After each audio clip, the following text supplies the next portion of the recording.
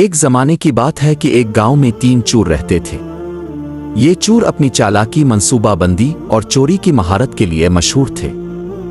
گاؤں کے لوگ ان سے سخت پریشان تھے، مگر ان کے ہاتھ کبھی ان چوروں تک نہ پہنچ سکے۔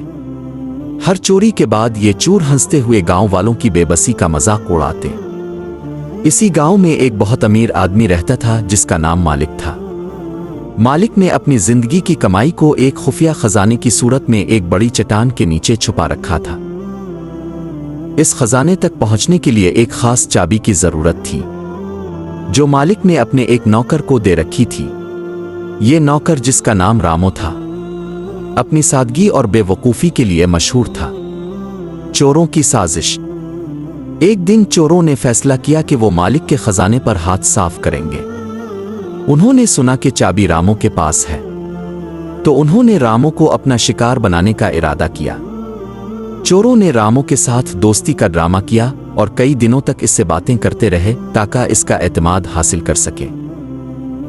چوروں نے رامو سے کہا، رامو بھائی، ہم تمہارے بہت قریبی دوست ہیں اور تمہیں خوش کرنا چاہتے ہیں۔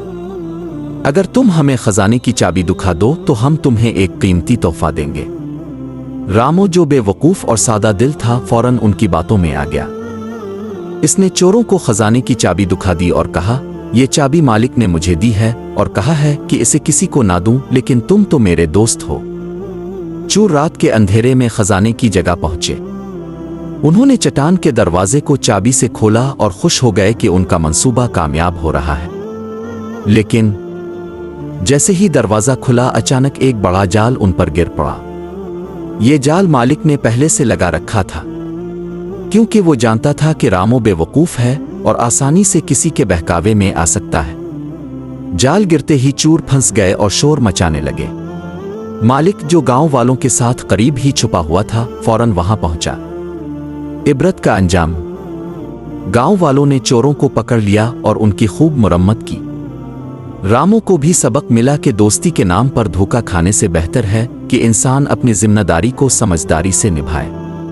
چوروں کو گاؤں والوں نے سخت سزا دی تاکہ کوئی دوبارہ ایسی حرکت نہ کرے۔ سبق: زندگی میں ذمہ داری کو سمجھداری اور ایمانداری کے ساتھ نبھانا ضروری ہے۔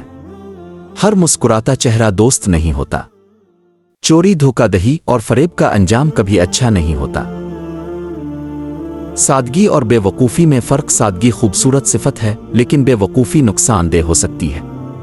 یہ کہانی ہمیں سکھاتی ہے کہ زندگی میں نہ صرف سمجھداری اور ذمہ داری ضروری ہے، بلکہ ہمیں دوسروں کے ساتھ بھروسہ کرنے سے پہلے احتیاط کرنی چاہیے۔